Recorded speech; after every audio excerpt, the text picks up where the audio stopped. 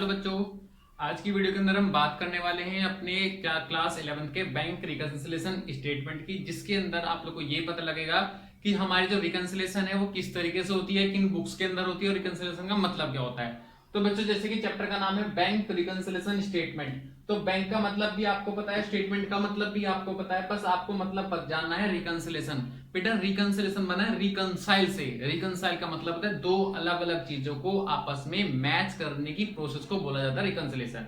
ठीक है, अब ये मैचिंग किस में होती है बच्चों? देखो, बुक्स हमारी दो तरह की होती है, एक होती है हमारी कैश बुक और एक होती है हमारी पासबुक। बच्चों, आप लोगों ने पासबुक और ये होती है हमारी कैश बुक। कैश बुक में बच्चों आप लोगों ने डबल कॉलम पढ़ा होगा। ठीक है, ये डबल कॉलम है। जैसे कि मैं आपको बताऊं कि कैश बुक बनाई आप लोगों ने और उसके अंदर जो है यानी कि डबल कॉलम होते हैं, पर्टिकुलर कैश का कॉलम, बैंक का कॉलम, पर्टिकुलर कैश का कॉलम और बैंक का कॉलम। तो बेटा मेरा कैश बुक से मतलब सिर्फ और सिर्फ कैश बुक से ना होकर बैंक कॉलम से ही होता है, यानी कि कैश बुक का कौन सा कॉलम? Bank column. और किससे मैच कराया जाता है बच्चों? हमारे पासबुक से। ठीक है, तो इसी इनके बीच में ही आपस को मैच कराने को क्या बोलते हैं हम लोग? रिकंसिलेशन बोलते हैं। ठीक है, अब इन दोनों को आपस में मैच ना होने के तीन कारण होते हैं। पहला, difference due to timing, transaction recorded by the bank, error and omission. अब मैं आप लोग को इसके अंदर बताऊंगा कि चीजें कैसे कैसे डिफाइन होती हैं। तो बच्चों पहला सुनना, डिफरेंस ड्यू टू टाइमिंग। मान लो बच्चों कि मैं कंपनी हूं और आप मेरे क्या हो? बैंक हो। ठीक है, और पहली ट्रांजेक्शन लिखी है check issued but not yet present for payment. मैंने, आप मेरे बैंक हो, मैं कंपनी हूं, मैंने अपनी किसी कस्टमर को जो है यानी कि सप्लायर को पेमेंट करी। मैंने किसी सप्लायर को एक चेक इशू किया 1 लाख रुपए का। अब मैंने जैसे ही उसको चेक इशू किया, मैंने अपनी कैश बुक में क्या कर लिया? तुरंत माइनस कर लिया। क्या चीज मैंने माइनस कर ली? अपनी कैश बुक बच्चों मैंने माइनस कर ली। लेकिन वो कस्टमर आपके पास में अभी तक नहीं आया, जिसके कारण क्या हुआ कि आपने अपनी पासबुक अभी तक नहीं घटाई। मेरी कैश बुक घट चुकी है और आपने अभी तक नहीं घटाई, जिसके कारण बोल दूं मिसमैच हो गया। अब गलती किसकी है? मेरी नहीं, क्योंकि मैं तो बिल्कुल सही घटाया।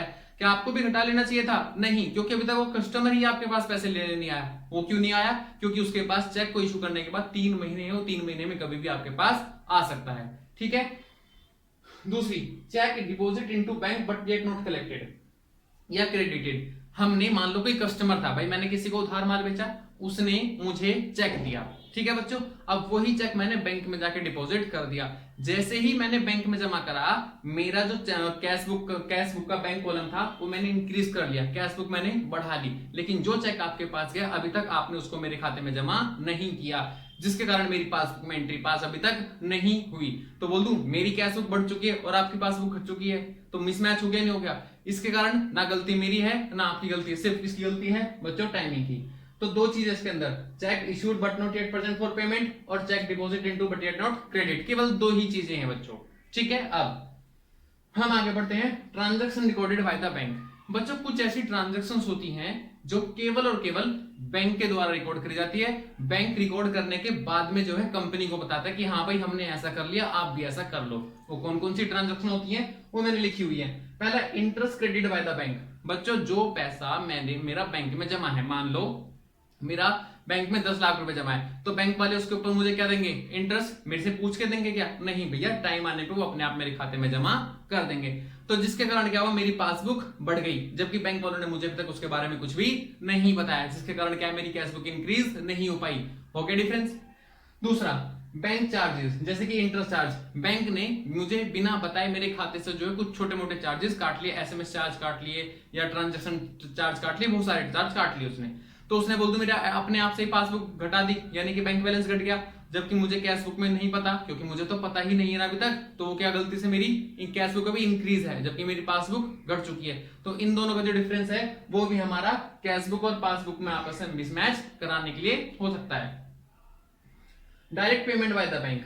डायरेक्ट पेमेंट का मतलब है मैंने बैंक को बोला हुआ था कि भाई कंपनी की कोई किस्त जानी है और आप सीधे सीधे उसको पेमेंट कर देना 1 तारीख के आने पर ही, और बैंक ने एज इट इज किया भी। लेकिन उस चीज को मैं भूल गया कि ऐसा भी कुछ बोला था, जिसके कारण क्या हुआ?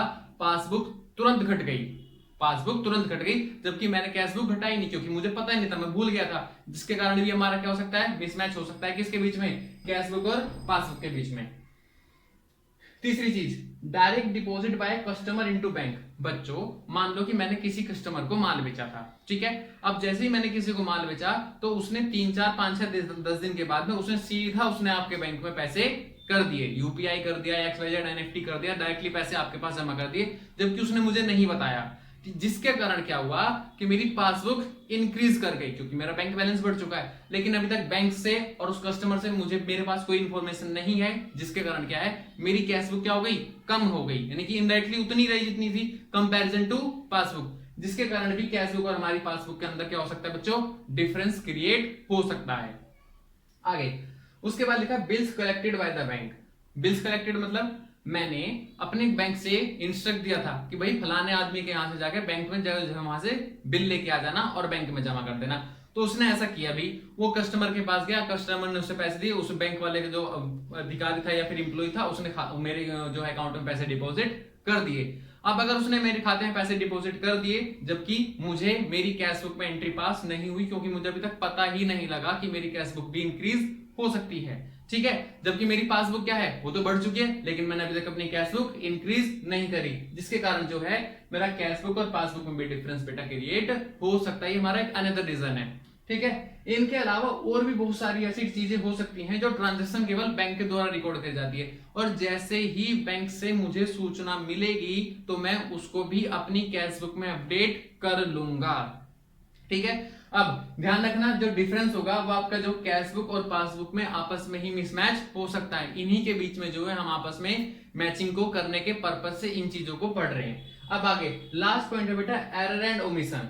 एरर का मतलब होता है गलती और ओमिशन का मतलब होता है भूल जाना। एग्जाम्पल के तौर पे मैंने बैंक में 1 लाख रुपए जमा करे और उस 1 लाख रुपए को मैं अपनी कैश बुक में रिकॉर्ड करना ही भूल गया, जिसके कारण क्या हुआ मेरी पासबुक तो इंक्रीज कर गई लेकिन मेरी कैश बुक इंक्रीज नहीं करी, जिसके कारण क्या हो गया मिसमैच हो गया। ये मेरा ओमिशन था। और वहीं अगर एरर की बात करें एग्जाम्पल के तौर पे मान लो बच्चों मैंने बैंक में जो है 1 लाख रुपए का चेक इशू किया, मैंने बैंक में 1 लाख रुपए का चेक जो है पेमेंट किया ताकि मेरे खाते में जमा हो जाए, लेकिन 1 लाख की बजाय बैंक वाले ने मेरे खाते में 10,000, एक जीरो का बटन होता है काम नहीं करा होगा, क्या दिक्कत आ गई, 10,000 रुपए जमा हो गए। मैं उसके पास गया, मैंने कहा भाई ये तूने क्या कर दिया, तो उसने कहा कि हाँ सर गलती हो गई। तो जिसके कारण क्या हुआ कि पासबुक में केवल कितने रुपए बढ़े 10,000, जबकि मैंने तो 1 लाख रुपए का चेक जमा करा था, मैंने अपनी कैश बुक में कितने एंट्री पास करी होगी पूरी 1 लाख रुपए की, पासबुक में 10,000 और कैश बुक में 1 लाख, मिसमैच हो गया नहीं हो गया। कुछ इसी तरीके से हमारी सारी चीजें जो है प्लस और माइनस करके ठीक करी जाती है, ठीक है। मैं आपको थोड़ा सा यहाँ पे बताता हूँ कि यहाँ पे क्या इशू बनता है। बेटा बुक्स हमारी 2 तरह की होती है, कैश बुक का केवल बैंक कॉलम और पासबुक, और इनका जो बैलेंस होता है वो डेबिट क्रेडिट होता है।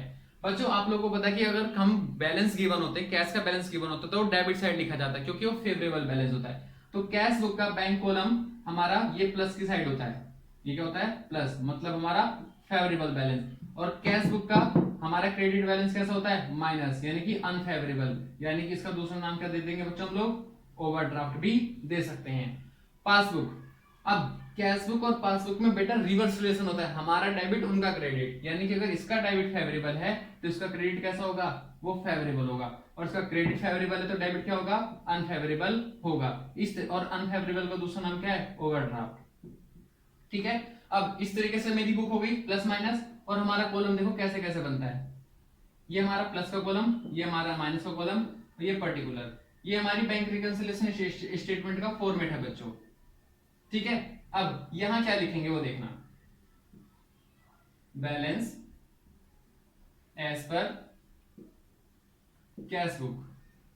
अब वो क्वेश्चन आपको बताएगा कि वो डेबिट है, क्रेडिट है, प्लस है, माइनस है, फेवरेबल है, अनफेवरेबल है, उसके अकॉर्डिंग जो है आप लोग इन कॉलम के अंदर लिख देना, और यही सारी ट्रांजैक्शन होगी, बस उनको एडजस्ट करके आप लोग को हर चीज जो है अच्छे से लिखनी है। अगर आप लोगों को मेरा वीडियो और मेरा कॉन्सेप्ट और पढ़ाने का तरीका समझ में आया हो तो प्लीज वीडियो को लाइक कर देना, और चैनल को प्लीज यार आप लोग सब्सक्राइब करना, और आप लोग अपने दोस्तों के अंदर भी इस चैनल को जो है शेयर कर सकते हो। सो थैंक यू आज के लिए।